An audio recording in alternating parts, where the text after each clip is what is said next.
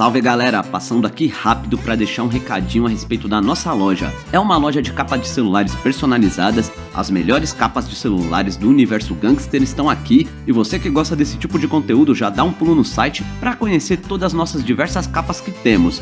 A gente atende diversos modelos de celulares e também temos um preço único de R$ 39,90, então não perca tempo e já garanta a sua capa personalizada. Enviamos para todo o Brasil, então já garanta a sua. Saudações família! Sejam todos muito bem-vindos, hermanos e hermanas. Vocês sabiam que Miami, a cidade das praias deslumbrantes e do sol eterno, esconde um segredo sombrio? Um segredo que movimenta bilhões de dólares e desafia a lei a cada esquina. Hoje, vamos mergulhar nas profundezas do submundo que assola essa metrópole vibrante. Vamos revelar os bastidores da invasão do contrabando em Miami. Desde a lei seca e a proibição do álcool, até o ouro branco. Como essas organizações operavam? Quem foram os principais responsáveis por essa onda de ilegalidade? Preparem-se para descobrirem as técnicas engenhosas usadas pelos contrabandistas, as rotas secretas e os esquemas mais ousados. Vamos revelar todas as disputas, perseguições, operações de inteligência e a luta incessante das autoridades para tentar manter a ordem. Embarque nessa jornada investigativa e descubra como Miami se tornou um epicentro do contrabando de pó. Desde as organizações internacionais até os pequenos gangsters locais, toda essa treta será contada. Não se esqueçam de deixar seu like, se inscrever no canal e ativar as notificações para não perder nenhum detalhe dessa história impressionante. Eu tô deixando meu Pix junto com o link da loja e do Apoia-se nos comentários fixados. Considerem apoiar o canal, a ajuda de vocês é de extrema importância. Agora você está pronto para a verdade sobre a invasão do contrabando em Miami? Então, não saia daí, porque o que vem a seguir vai te surpreender. Bora pro vídeo?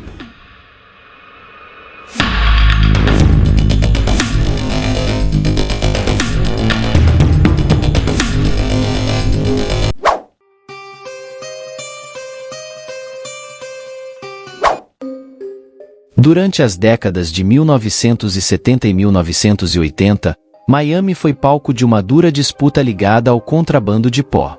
Várias organizações do submundo, principalmente a Organização de Medellín da Colômbia, semearam muito caos nas ruas desta cidade, conhecida como uma das mais turísticas dos Estados Unidos. Para dominar esse mercado extremamente lucrativo avaliado em milhões de dólares, os capos estavam dispostos a tudo, desde troca de balas em plena luz do dia com pistolas, em locais lotados onde até havia risco de acabar com pessoas inocentes naquela época. A cidade de Miami exalava caos e o fluxo de entorpecentes, incluindo a erva, e especialmente o pó, aumentavam de forma espetacular. Para contextualizar, nos anos 80, Miami ficou conhecida como a capital mundial dos tóxicos. Mas como isso foi possível? Como contrabandistas originários da América do Sul conseguiram prosperar nessa região dos Estados Unidos? Neste relato, vamos tentar responder algumas dessas perguntas. A disputa em Miami durante os anos 80 foi um período notório para os estadunidenses, especialmente destacado por obras culturais como a série Miami Vice, o filme Scarface e o jogo GTA. Devido à sua localização geográfica, a Flórida, especialmente o sul da Flórida, sempre foi atraente em vários aspectos. Entre o Golfo do México, o Oceano Atlântico e o Estreito da Flórida, ao longo do tempo, esse estado se tornou um local estratégico, seja para o turismo, a agricultura, o comércio ou o litoral mais longo dos Estados Unidos. Sempre foi uma porta aberta para contrabandistas, que viam ali o centro perfeito para seus negócios ilegais. O fenômeno em questão remonta à época dos piratas e corsários. Porém, neste vídeo vamos limitar nosso olhar histórico ao século XX, começando pelos anos 20, durante os Anos Loucos. Mais precisamente em 17 de janeiro de 1920, uma nova emenda entrou em vigor nos Estados Unidos, mais conhecida como Lei Seca. Seu objetivo era proibir qualquer forma de fabricação, venda e consumo de álcool para combater os problemas relacionados ao alcoolismo no país. Por mais de 10 anos, os estadunidenses foram assim obrigados a destruir todas as bebidas alcoólicas. Naturalmente, alguns desafiaram a regra e um estado particular liderava nesse aspecto, a Flórida. O álcool era tão abundante que a região se tornava um verdadeiro paraíso para contrabandistas, que ficaram conhecidos como butlers durante a era da proibição. Além do contrabando de álcool, a Flórida também era conhecida por jogos de azar, garotas da noite, caos, corrupção das elites governantes e desrespeito geral. Um dos mafiosos mais famosos da história em Miami no final do século XX é, aliás, a ilustração perfeita desse contexto. Mesmo com a lei seca, naquele auge da proibição, eram muitos os bares clandestinos que celebravam o vício da produção, transporte e venda de álcool. Nessa época, os contrabandistas de Nova York não hesitavam em exibir orgulhosamente suas conquistas. Miami era praticamente considerada o Velho Oeste, um lugar onde uma quantidade significativa de rum podia circular ilicitamente sem problemas, e isso gerava muitas disputas que ocorreriam regularmente entre a polícia, as gangues e alguns contrabandistas rivais. Há uma passagem que resume muito bem a situação dessa época. Em abril de 1932, 5 agentes da lei seca tentaram realizar uma operação em um restaurante em Miami Beach, um local que atendia diversos mafiosos. Ao chegarem lá, a resistência era tão intensa que eles foram obrigados a se protegerem dentro do estabelecimento e pedir ajuda. Os clientes do restaurante, por sua vez, estavam do lado de fora, furando os pneus dos carros. A proibição, portanto, tornou-se o período mais prolongado de anarquia e devassidão na história da Flórida. Na verdade, nenhum estado estadunidense a ignorou tanto quanto a Flórida, uma marca distintiva que previa as futuras disputas contra o comércio de substâncias ilegais. Mais tarde, em 1933, após 14 anos de proibição, o álcool foi novamente liberado nos Estados Unidos. Neste momento, Al Capone estava na prisão e seu império no submundo não era mais tão poderoso quanto antes. Mas, no entanto, sua influência no mercado local de contrabando de álcool desde sua chegada a Miami Beach em 1928 foi notável. Ao se estabelecer lá, Scarface realmente mudou a maneira como o mundo mafioso via a Flórida, permitindo que outros mafiosos seguissem o mesmo caminho. Um deles foi Meyer Lansky, uma das figuras do submundo organizado estadunidense, associado entre outros, a Charles Luciano, desempenhando um papel crucial no desenvolvimento do Sindicato do Submundo, a máfia das máfias na época. Seu campo de atuação era o jogo e Lansky possuía vários cassinos, por exemplo, em Los Angeles, nas Bahamas, em Cuba e na Flórida. Ele chegou ao sul da Flórida durante o boom do jogo nos anos 30. Naquela região os negócios eram muito prósperos para o mafioso, até o momento em que se tornou muito arriscado continuar devido à vigilância intensificada do governo neste estado. Eventualmente isso o forçou a diversificar seus negócios com sua gangue. Ele se voltou para corridas de cavalos e apostas esportivas, sempre no estado da Flórida. Depois, atravessou o Golfo do México no final dos anos 40, e de lá foi para Cuba. Sim, foi calorosamente recebido por Fulgêncio Batista, o presidente cubano da época. Posteriormente, outros chefes mafiosos do norte dos Estados Unidos partiram para a Flórida para conduzir seus negócios e aproveitar o clima tropical da região. Essa tendência continuou nos anos 50, 60 e 70, período em que a base ítalo-estadunidense estava em seu auge, incluindo membros das 5 famílias mafiosas de Nova York. É importante notar que nos anos 70, Nova York era conhecida como a cidade mais insana dos Estados Unidos. As 5 grandes famílias, Bonanno, Colombo, Gambino, Genovese e Lucchese eventualmente instigavam o terror na cidade na época. Felizmente, elas foram desmanteladas uma década depois e Nova York conseguiu recuperar sua tranquilidade. O mesmo não pode ser dito de outras cidades, como Miami, onde uma terrível disputa entre capos estava em curso.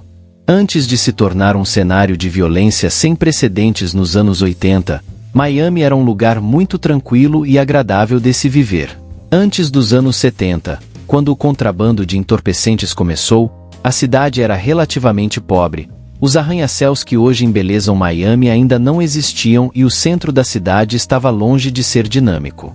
Na verdade, O local era habitado principalmente por pessoas idosas. Porém, no entanto, em 1975, um evento iria mudar tudo. Nessa época, vários exilados cubanos viviam em Miami e arredores, devido à tomada de poder devido ao Castro e à tentativa fracassada na Baía dos Porcos nos anos 60. A maioria deles estava envolvida na indústria da pesca e ganhava muito bem a vida. Mas em 1975, um incidente mudou completamente a situação. Nesta data, as autoridades das Bahamas proibiram os pescadores cubanos de pescar lagostas em suas águas. Os pescadores, cubanos que dependiam principalmente desse curso para viver, de repente se viram desempregados para atender às suas necessidades. Muitos deles se voltaram para o contrabando de erva, marcando o início dos problemas relacionados aos entorpecentes com seus barcos de pesca. Alguns dos refugiados cubanos desempenharam o papel de intermediários no transporte de erva para os Estados Unidos. Para realizar esse transporte, eles procediam da seguinte maneira: carregavam grandes quantidades enormes em seus rápidos barcos de pesca. Então exportavam para a costa sul da Flórida, descarregavam, e trabalho estava feito. Ninguém viu e ninguém soube, porque, afinal, ninguém nunca dizia nada nos controles na costa da Flórida. São praticamente inexistentes e os contrabandistas podiam entrar nos Estados Unidos como se estivessem entrando em um restaurante.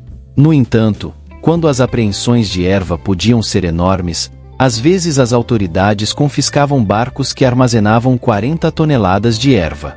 Com o tempo, a erva começou a inundar Miami em grande quantidade. Aliás, os capos possuíam tanta erva que começou a ficar difícil para eles vendê-las. Os preços caíram drasticamente e uma outra substância ilegal começou a fazer sucesso: a coca. Inicialmente, o pó era transportado em pequenas quantidades, geralmente em malas. Esse entorpecente, muito mais caro do que a erva, foi o responsável por desencadear a disputa de tóxicos em Miami. Estamos nos anos 70, e as autoridades locais precisam lidar com dois tipos de contrabando: de erva que muitas vezes conseguiam apreender em grandes quantidades e pó.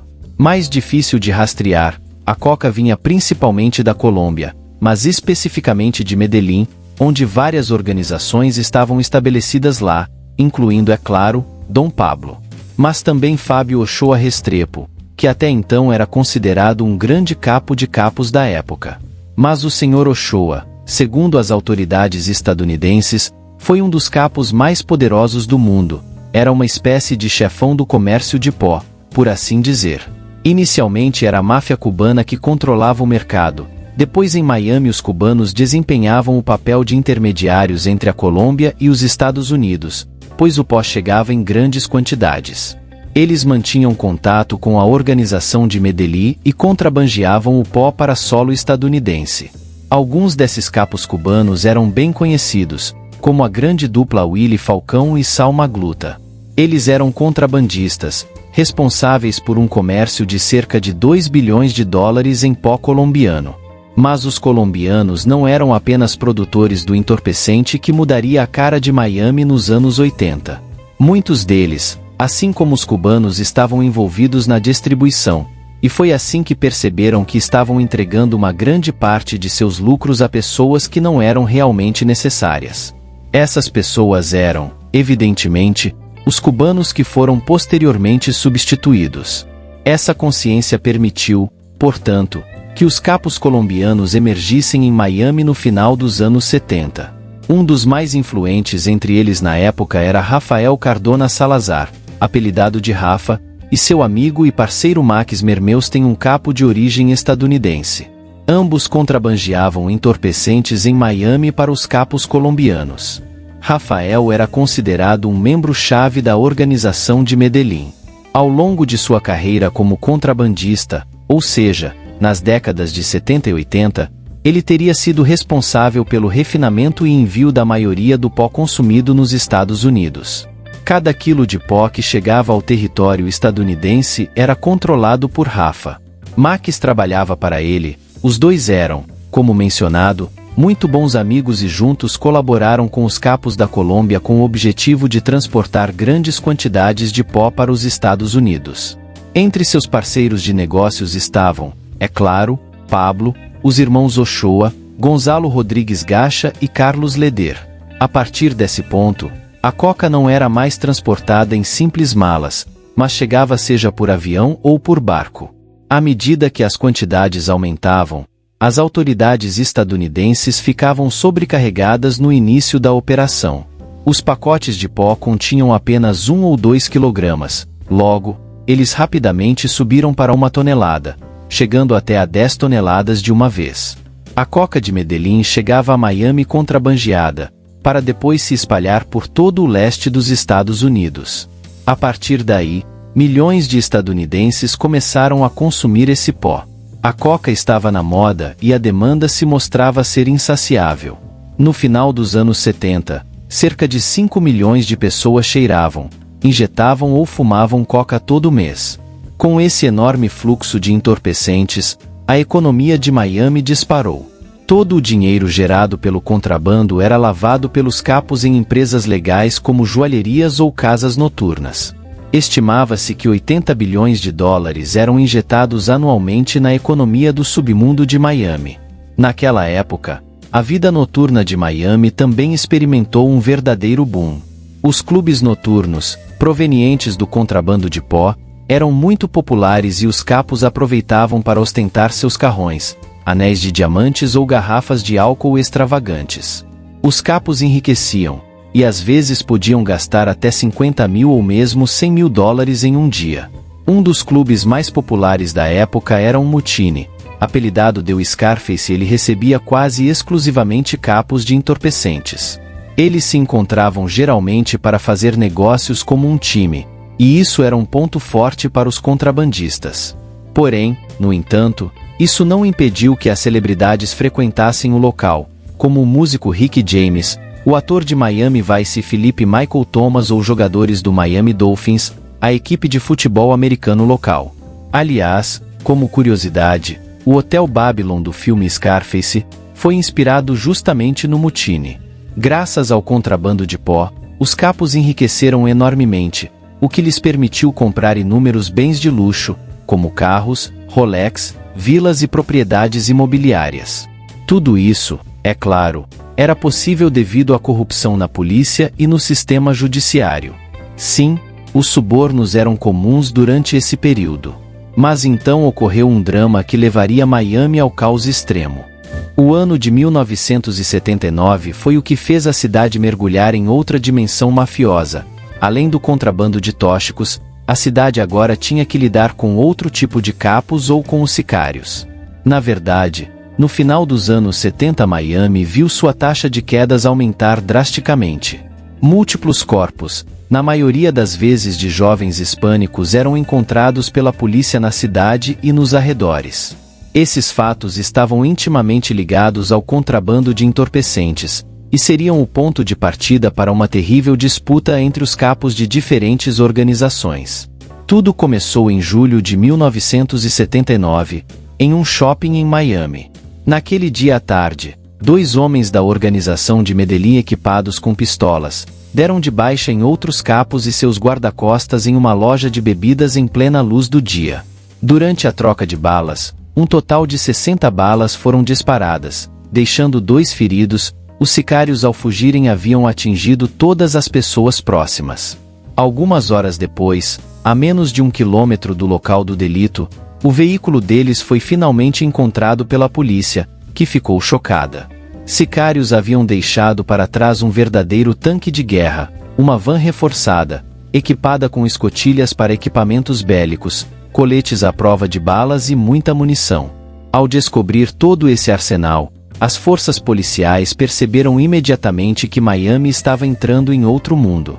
Os capos estavam muito melhor equipados do que a polícia metropolitana de Miami, e começaram a transformar a cidade em seu campo de jogos. Após esse terrível incidente, os policiais apelidaram os capos de Miami de cowboys do pó. Mas o que seria um cowboy do pó? O termo representava os colombianos e cubanos em situação irregular morando no sul da Flórida, que estavam lá para contrabandear pó ou para acertar as contas.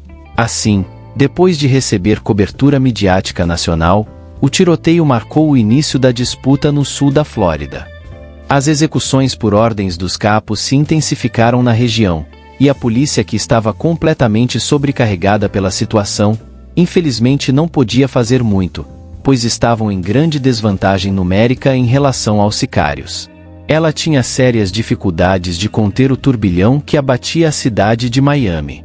Enquanto a organização de Medellín consolidava seu controle sobre o comércio de pó na região, o ritmo dos sicários acelerava o negócio animalesco do pó porque era altamente lucrativo. Na verdade, bastava que um capo suspeitasse que outro estava o enganando para que a história terminasse em derramamento de ketchup humano por conta dos lucros, que geralmente ultrapassavam milhares de dólares. Era muito fácil para os sicários apertarem o gatilho, e foi por isso que o número de quedas explodiu em Miami nos anos 80. Mas as rivalidades entre as organizações foram, de certa forma, o gatilho principal para grandes disputas. Aliás, uma das organizações dominava o mercado mais do que as outras, e esta não era liderada por um homem, mas sim por uma mulher. Griselda Blanco, uma das pioneiras no contrabando de pó. Nascida e criada nas favelas de Medellín, ela começou sua carreira no submundo como raptora e batedora de carteiras, antes de se envolver no contrabando e ascender ao topo do submundo. Ela foi uma das principais líderes do contrabando de Miami nos anos 80. Blanco trabalhava em estreita colaboração com a organização de Medellín para transportar ilegalmente o pó branco para os Estados Unidos. E graças a ela, uma quantidade impressionante de pó circulou no solo estadunidense, permitindo, entre outras coisas, que Dom Pablo expandisse seu império para os Estados Unidos. Griselda Blanco foi, portanto, a principal arquiteta do comércio. Depois, entre a América do Sul e Miami, sua chegada à Flórida foi o catalisador. A mulher, apelidada de Madrinha do Pó, foi responsável por mais de 250 baixas. Sim, para Blanco, o dinheiro era mais importante do que a lealdade, ou que qualquer outra coisa. Ela não tinha escrúpulos em ordenar quedas para consolidar seu domínio sobre Miami. Blanco era uma psicopata, capaz de acabar tanto com o associado quanto com o seu marido. O primeiro incidente que ela esteve envolvida ocorreu em julho de 1979, e muitos outros se seguiram. Muitas dessas baixas consistiam em tiroteios em locais lotados durante o dia. Ninguém estava a salvo das balas que voavam durante esses acertos de contas. Até mesmo jovens estavam no meio. Na verdade, na época, Griselda Blanco inventou um novo tipo de execução, os sicários em uma moto, um estilo de golpe que envolvia passar pelos alvos, disparar contra eles e fugir de moto em alta velocidade para evitar o tráfego. Para a polícia, a situação se tornava a cada dia extremamente complicada. Além disso, os sicários usavam um número incalculável de identidades falsas e pseudonimos, tornando a tarefa mais difícil, especialmente para identificar os responsáveis pelas quedas. Às vezes, os inspetores de polícia nem mesmo podiam identificar as baixas, já que a maioria delas não tinha nem documentos. Essa época foi a do fluxo de imigrantes mais espetacular da história estadunidense, e trouxe milhares de cubanos para as costas da Flórida. Em 1980, Fidel Castro decidiu se livrar dos indesejáveis de seu país, contra-revolucionários, mafiosos, sicários e todos os tipos de pessoas que não agradassem Fidel. A partir desse ponto, muitos prisioneiros cubanos se encontraram livres nas ruas de Miami. Além dos capos, a cidade teve que lidar com um novo problema: a chegada dos homens mais impiedosos de Cuba. Sim, a situação só piorava, e após 1980 a taxa de homicídio em Miami dobrou e a taxa de delitos aumentou em 89%. A cidade registrou mais de 560 quedas, e acabou ficando conhecida como a capital nacional das quedas. À medida que o tempo passava, os corpos se acumulavam aos montes. As autoridades sobrecarregadas foram obrigadas a alugar caminhões refrigerados para armazenar o excesso de corpos. Para muitos, a situação se tornou insustentável. Primeiro para a polícia que, completamente sobrecarregada pelos eventos, além de estar pouco equipada, ela não possuía armas pesadas, ao contrário dos capos. Faltava crucialmente recursos financeiros para contra-atacar, e os civis, Infelizmente estavam sofrendo os danos colaterais desses acertos de contas entre os capos, ou seja, afetava toda a Flórida. Alguns habitantes de Miami começaram a se equipar e a retaliar. Então chegou um momento em que os civis estavam acabando com as pessoas tanto quanto a polícia. O mundo estava de cabeça para baixo. A simples ideia de circular pelas ruas de Miami tornou-se perigosa, e ninguém parecia ter a solução para enfrentar essa praga até o dia que o governo começou a se envolver. As quedas de pessoas perpetradas pelos contrabandistas nas ruas de Miami transformaram a cidade em um verdadeiro campo de batalha. A imagem de Miami se deteriorava a cada dia e o turismo diminuía drasticamente. Além disso, a mídia criticava vigorosamente a situação caótica da região. Porém, no entanto, uma luz de esperança surgiria quando uma unidade especial chamada Centenac 26 entrasse em cena. O Centenac 26 era um grupo de operações conjuntas entre a Administração de Combate aos Entorpecentes, DEA, a Brigada de Quedas Metropolitana e as autoridades de combate ao submundo organizado. Seu objetivo era se livrar dos mafiosos responsáveis pela onda de quedas que assolava Miami desde o final dos anos 70. Griselda Blanco era o alvo número 1, e de maneira mais geral, o Centenac foi treinado para combater a gangrena do contrabando nas ruas da cidade. Para fazer isso, os agentes se equiparam melhor do que os capos, pois normalmente os sicários das organizações tinham uma vantagem sobre os policiais durante os confrontos bélicos. O equipamento favorito deles era a metralhadora Mac-10, que era capaz de disparar até 16 balas por segundo e superava em muito as simples pistolas das forças da lei. Para corrigir isso, o Centenac 26 que decidiu se equipar não com pistolas comuns, mas com metralhadoras pesadas, e a partir desse momento tornou-se muito mais fácil para eles. A prova disso é que, graças às intervenções do Centenac 26, muitos campos caíram, e Griselda Blanco, por sua vez, começou a perder muitos homens. Então, o governo entrou em cena e o império da madrinha do pó desmoronou-no como um castelo de cartas. Os atos bárbaros de Griselda finalmente chamaram a atenção das autoridades federais e do governo dos Estados Unidos. Ronald Reagan, o presidente dos Estados Unidos na época, reconheceu o sério problema do pó em Miami, mas, claro, por questões financeiras. Uma constatação feita em 1982, após a apreensão de uma quantidade de coca equivalente a 100 milhões de dólares no aeroporto da cidade. Após essa enorme apreensão, um grupo de trabalho chamado Sul da Florida foi criado sob a liderança do vice-presidente George Bush. O objetivo era analisar os problemas e determinar as medidas a serem tomadas para combater os crimes no sul da Flórida. A partir daí, a situação mudou rapidamente em Miami naquela época. Tanto os habitantes da cidade quanto o governo estavam cansados. A situação tornou-se crítica e era inevitável combater a praga do pó. Portanto, as autoridades governamentais decidiram adotar medidas drásticas, trazendo reforços para Miami. Grupos operacionais se uniram às tropas estaduais patrulhando as ruas da cidade. A Marinha emprestou 2 de seus aviões radar para combater o contrabando, e o Exército também contribuiu com alguns de seus helicópteros de combate.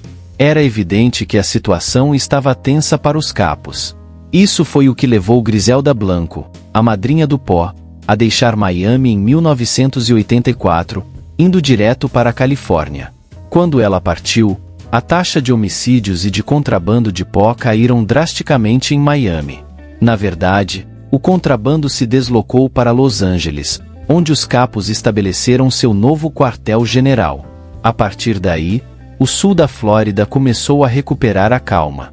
Todos os grandes nomes envolvidos no contrabando em Miami foram presos um após outro, incluindo Max Mermelstein, que mais tarde se tornou informante do governo, além também de Jorge Ayala Rivera, um sicário de aluguel temido que trabalhou para Griselda Blanco, Mickey Munday, um contrabandista estadunidense responsável pelo transporte de mais de 38 toneladas de pó da Colômbia para os Estados Unidos, John Roberts, outro notório capo estadunidense que distribuiu mais de 2 bilhões de dólares em coca para a organização de Medellín.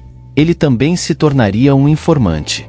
E por fim, Griselda Blanco, a baronesa do pó mais proeminente de Miami nos anos 80. De fato, Griselda foi presa em sua residência em Los Angeles em 18 de fevereiro de 1985. Ela permaneceu na prisão até 2004 e foi posteriormente deportada dos Estados Unidos para a Colômbia, seu país natal, lá em 2012. Ironicamente, ela foi dada de baixa por sicários em uma moto, o mesmo método de execução que ela costumava empregar. As disputas em Miami terminaram após sua prisão em 1985, e o sul da Flórida finalmente se viu livre do caos gerado pelo contrabando. Agora, Miami precisava ser reconstruir. Após esse duro período, Miami encontrou um estilo de vida mais pacífico e a cidade conseguiu melhorar sua imagem internacionalmente, atraindo novamente turistas. Todos os negócios antes controlados pelos capos para a lavagem de dinheiro eventualmente faliram e fecharam, incluindo boates, concessionárias de automóveis e joalherias. Novas oportunidades surgiram para investidores e a economia de Miami ressurgiu com vigor. Em última análise, pode-se dizer que o comércio de entorpecentes salvou Miami de muitas maneiras, os bilhões de dólares gerados pelo pó. De fato, impulsionarão o desenvolvimento de muitas infraestruturas e os arranha-céus que hoje estabelecem a cidade são um exemplo perfeito disso. Na virada dos anos 80, Miami tornou-se mais glamourosa e exótica. A cidade foi novamente um destino preferido para os turistas e tudo acabou se ajeitando. Por fim, pelo menos era o que parecia, porque o contrabando de tóxicos ainda persiste na região, mas certamente a onda de caos diminuiu drasticamente, mesmo com a coca circulando.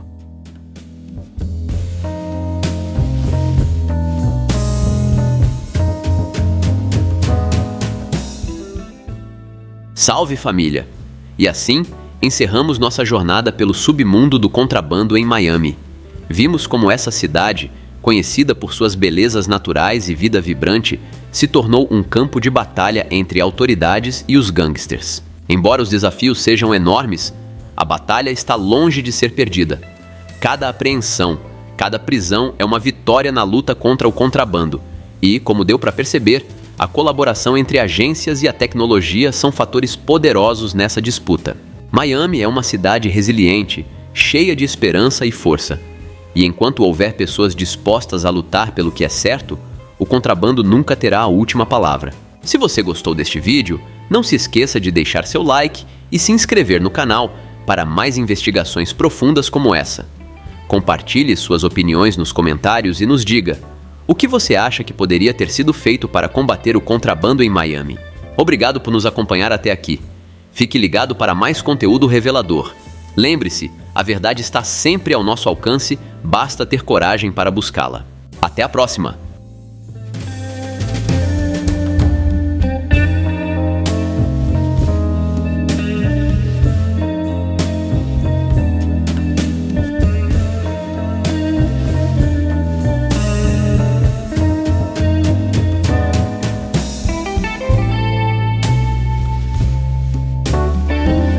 Salve família! Se você acompanha e gosta do meu trabalho, eu preciso muito da ajuda de vocês. Dá um pulo lá no Apoia-se e se torne um de nossos investigadores daqui do canal. Valeu família!